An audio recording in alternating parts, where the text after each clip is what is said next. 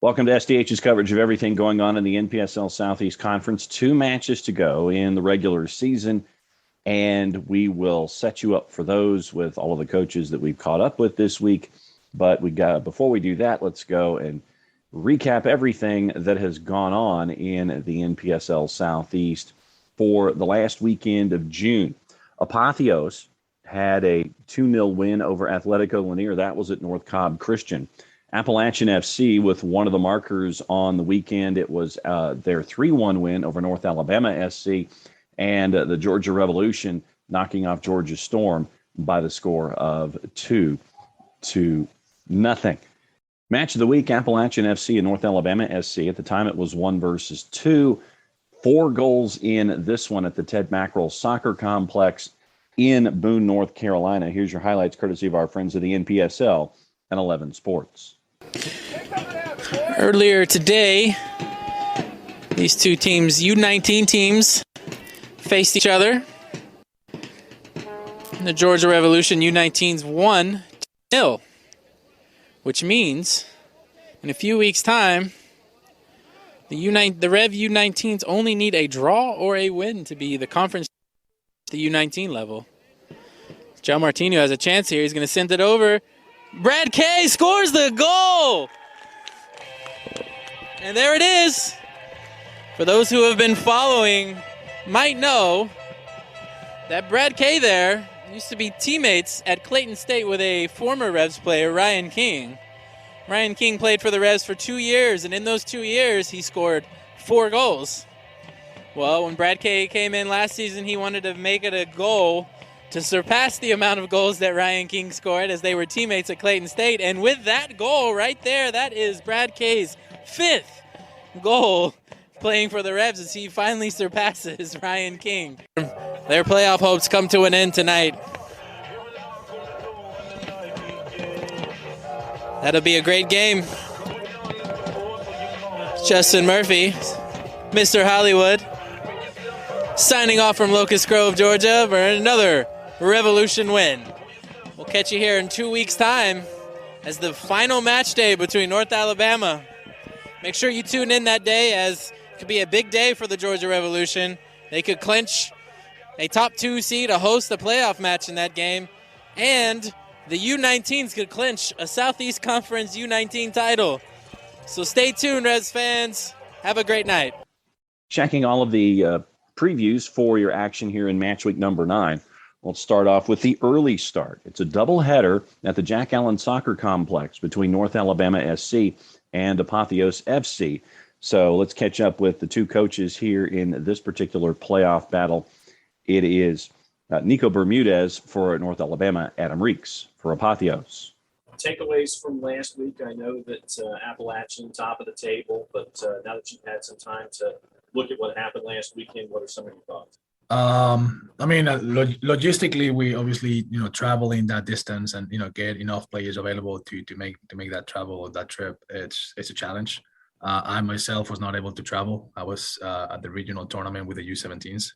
So my assistant coach was, took over, as well as other players that we had, by suspension, given, the yellow cards that we accumulated over the season. So Miguel Tizapa was not available. Patrick Gouffet was not available.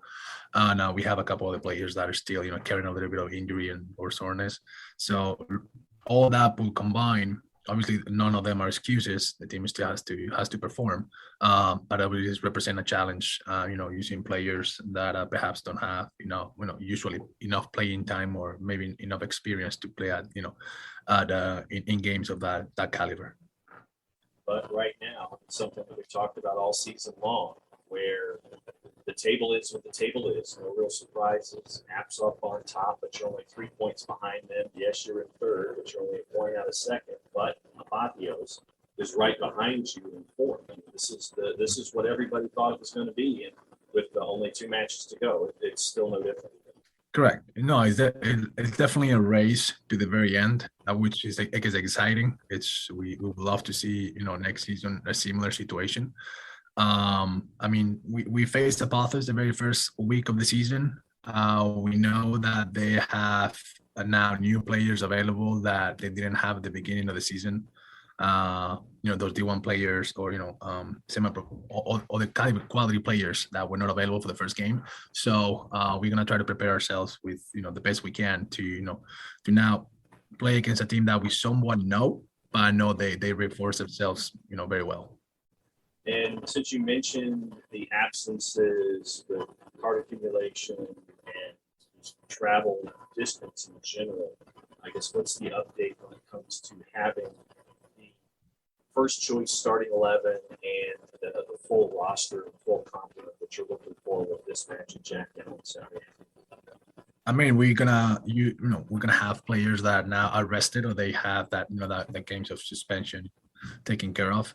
We're gonna try to put the best players available on the field. We know we have the home advantage. We know we will have the crowd with us as well. We'll also have the WPSL team or game right after us, so that will bring a little bit more of a fan support and things like that. And like I told the guys, we still will not mathematically qualify for playoffs. Now it's more so logistically, what can we do to at least finish? First right now is a little bit, very difficult for us to get there. But can we at least finish second? Can we at least go to Revolution next week with the opportunity to host that potential semifinal, and avoid all the traveling? So because it's going to be in the middle of the week, the semifinal. So right now we have, players that they graduated from college, they're starting their jobs or they're on vacation or, it's all that thing that, you initially know might happen. But now we didn't know at the beginning of the season we were going to be in this situation. So obviously all that needed to be taking place. What can we do to make sure we arrive not only to Saturday, but also next week with the best chances to at least, have a chance to fight for that semifinal and host it here at home. 2-0 win last week. What are some of your takeaways? That it wasn't a vintage performance from us. Wasn't probably our best performance of the season. But we got the 3 points, and with us having some very good performances or some decent performances over the last couple of weeks, but didn't get the 3 points. I think we'll take it this time around to take home the victory. That would be silly or remiss of us to not be grateful that the fact that we managed to get over the line in this game. But still plenty to work on. The attitude was great from everyone for our last home game of the season. It was a good experience. I think all the players enjoyed it. So it wasn't a negative night by any stretch, but certainly some room for improvement. Like I said, but 3 points is 3 points. We'll take it. We'll move on and finish up the rest. Hopefully, the rest of the season with a positive mindset. Right now, the way things are in the standings, it's a logjam. I mean, right now you're in fourth, but you're only a point behind North Alabama. You're 2 behind the Revs, and with 2 matches to go, you're 4 points behind App. I mean, this is pretty much what we had figured it was going to be, and with 2 matches to go, this really is not a surprise. Right. Yeah, absolutely. I agree. And I think everyone in our organization is, players, staff, coaching staff are all acutely aware. 2 refereeing decisions go our way. And we're sitting top of the conference right now. There's 2 ties that turn into wins if we're a little bit more fortunate on some refereeing decisions along the stretch. So we're all acutely aware of that. We all know just how close the conference is, and that realistically we're unfortunate to not be sitting in first right now, albeit credit to Appalachian and Dale there, who have done great, and the Revs and North Alabama, who have all taken care of business as well. But from our standpoint, we're very happy with how the season has gone and how it's going. But we are, like I said, very, very much aware that we're right there in and amongst it, and a couple of ball bounces go our way, and we're probably hopeful. We would likely be sitting 2 points clear at the top right now, and that's something for us to take away and use as momentum and motivation going into these last couple of games of the season and into the playoffs. Match week 9, it's North Alabama, and it's one of the longer road trips that you're going to the westernmost outpost here for match week 9. When you look at North Alabama, what do you see? Yeah, Nico's a great coach. I've got a lot of time and respect for what he's done there with that program. Him and Dale at Appalachian have got kind of their second and couple of seasons under their belt now. They're more established. Have got a good group of players that they trust and are ready to kind of roll each season. So I think we're going to be up against a tough opponent. We know that at home. It's a 4:30 kickoff, earlier kickoff, 4th of July weekend. So lots and lots of things at play here. So we're going to be as organised as we can possibly be. I think that's probably the most important thing for us in our preparations is being extremely well organised, extremely well prepared in everything tactically, logistically, and mentally prepared as well as we can. So that's what we'll be looking at this week, in getting ourselves geared up, moving on from 3 points to challenging ourselves to make that 6 and then hopefully 9 from 3 games. 2 7:30 starts, Georgia Storm and Appalachian FC. Appalachian FC is traveling to Carrollton, one of the longer road trips for them on the season. Here's Appalachian FC head coach Dale Parker about the big win over North Alabama and the preview against Georgia Storm. All right, if I had told you that after the match with North Alabama SC that you would have come out with 3 goals on the board and won 3-1, what would you have told me? Would have certainly taken it. We obviously went into that game expecting a tough 1-1 versus 2, and prior to that, that just the thought of winning the match was exciting because we knew the ramifications with 2 games to go. So yeah, we were confident in ourselves. We thought having watched the game back, we actually thought we could have scored more and probably won the game by a bigger margin. But we're not going to be greedy. We'll take the 3 points just as they are, and we're very, very proud of the way the boys played and left ourselves with a really good opportunity to finish in the top 2. Well, and at the same time, you're going up against a team this week in Georgia Storm that can really spoil folks' playoff aspirations here in the next couple of weeks. I mean, they're at home at West Georgia. You've got to pack up and travel there for Saturday night. And then after that, they've got Apotheos. They've got their last 2 matches at home. So they really could do some damage to the top 4 that are above them in the table right now. Yeah, the league table all year has been quite deceptive from week to week. Not a lot of points between top to bottom. I think Georgia Storm have been a little bit unlucky with a couple of hurtful results early on that might have ruined their flow a little bit and avoided them from getting into any kind of momentum, which you need if you want to get into the top 4 and then from there get into the top 2. So they're certainly not going to just lie down and let anyone come in and take the points. They're going to have a big say, like you said, in at least 2 teams who are pushing for the playoffs and who are pushing for that top 2. We expect a tough game on Saturday. Every time we play them, it's a battle. It's a mini rivalry that stemmed from last year. They are certainly not going to want us to come into town and get an edge closer to the regular season title. They're going to allow that to happen. So we're treating this one as we every away trip that we face with a lot of seriousness, with a lot of discipline. They can spoil the party, and we've got to make sure it doesn't happen on Saturday. So now that you've had a couple days to kind of look back at the rivalry match with the Revs, what comes to mind? Yeah, so it was a positive game for us, even though we didn't get the result. I thought it was one of our best performances as a team. We've been trying to put a lot of different things together throughout this season, and we've had a younger group. And so this last game was definitely a positive one. We definitely had the chances early on to take the lead, kind of didn't capitalize on a couple of those, but was pleased with the overall performance. And I think we're getting there, but obviously the season is, on the back end. So it's tough to get the results we need at this point, but there have been a lot of positives that we're taking away from these last 2 games, especially. And the fact that you've got both of them at home and you've got the opportunity to kind of put the golf tee in the governor and the golf cart here with Appalachian coming to town this week. It gives you a chance really to to make a mess of things with the top four. Right. Yeah. So obviously we're going to finish the season as strong as we can. And we're excited to be back at home for the last two games. And we get to face two good opponents, one in Appalachian and one in Apotheos. So, we're excited. Appalachian's having a good run. Hopefully we can maybe disrupt that and make them drop a couple points on the road. But we're excited. Our fans are excited for us to be back home for the last two games. So we're pumped for it. When you look at Appalachian, what has study hall been like getting ready for the team right now that's at the top of the table?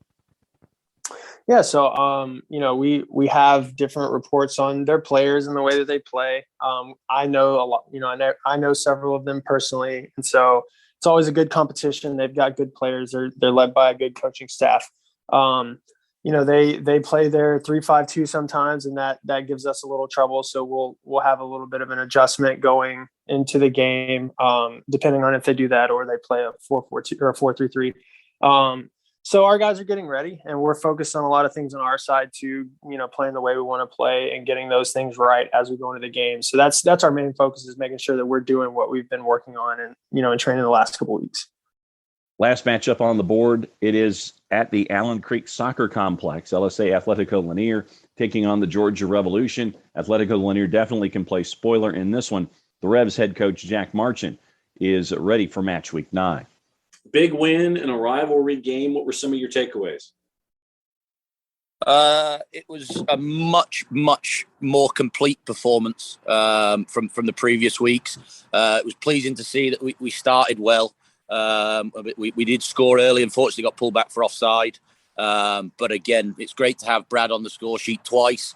And again, I just think it was a complete performance. I mean, they had a little spell in the second half where Seb had to make a good save and then they hit the post. But other than that, I think it was a pretty dominant win. You look at the standings right now, and it's pretty much the hashtag gaggle that we thought it was going to be. You've got 4 teams separated by 4 points. Atletico Lanier, we'll get to them in just a second. They're hovering right there, chasing Apotheos. But right now, you are 2 points behind App, but you're only 1 point ahead of North Alabama, 2 points ahead of Apotheos. I mean, this is turning into that sprint that we talked about. And once again, nothing is safe with 2 matches to go in the regular season. Yeah, you're not wrong. And again, it's what makes it more exciting. But the pleasing thing for us, obviously, result kind of going our way at the weekend, it puts us back in second and it puts us finishing in the top 2. It puts that destiny back in our own hands, which is a much nicer feeling to have than when you're hoping other teams slip up so you can get in there. So we've got the top 2 destiny in our hands, which is nice. But again, as I mentioned last week, the games now feel like 6-pointers instead of 3-pointers because a whole swing can happen in a heartbeat. But for us, the goal is win this weekend and clinch that playoff spot. And North Alabama is hosting Apotheos. You get to go to Atletico Lanier, and they're a tough one to figure out. I mean, what's study hall been like getting ready for this one, knowing everything else that's on the line? They're a team that's, if you look at it, are very good at home and they've struggled on the road. But I think that sums up a lot of teams. I mean, it's tough to go on the road in this league. No game away is an easy game. And the boys know about that because I've told them about it all week, that this Saturday is not going to be easy. Again, it's the benefit of it is a big grass pitch, which I think will suit us. But it's not going to be easy at all. So that's your look at the NPSL Southeast. 2 match weeks to go here. Match week number 9. We told you how crowded it is in the NPSL Southeast. If you're near one of these home sites, remember North Alabama FC is a 4:30 start in the Shoals, while Storm in Carrollton and LSA Atletico Lanier in the Gainesville area at Allen Creek. They're both at 7:30. If you're in market and can attend, please attend. Great competition that we're seeing here in the Southeast Conference of the NPSL. Not really a surprise, but we're seeing it here all the way to the next to last week of the regular season. If you are not in a position to catch these matchups at home, go to 11sports.com, and it's ELEVEN, spelling out the number 11sports.com, and you can go into the NPSL tab, catch up with all the matchups that are plugged into 11 Sports with our friends at Vitaire, acting as your production company for these particular games. So great competition, 3 matchups, one at 4:30 Eastern and the other 2 at 7:30 Eastern on your Saturday. That's your quick look at everything going on in the NPSL Southeast. Play it safe, everybody. Enjoy the games with 2 match weeks to go.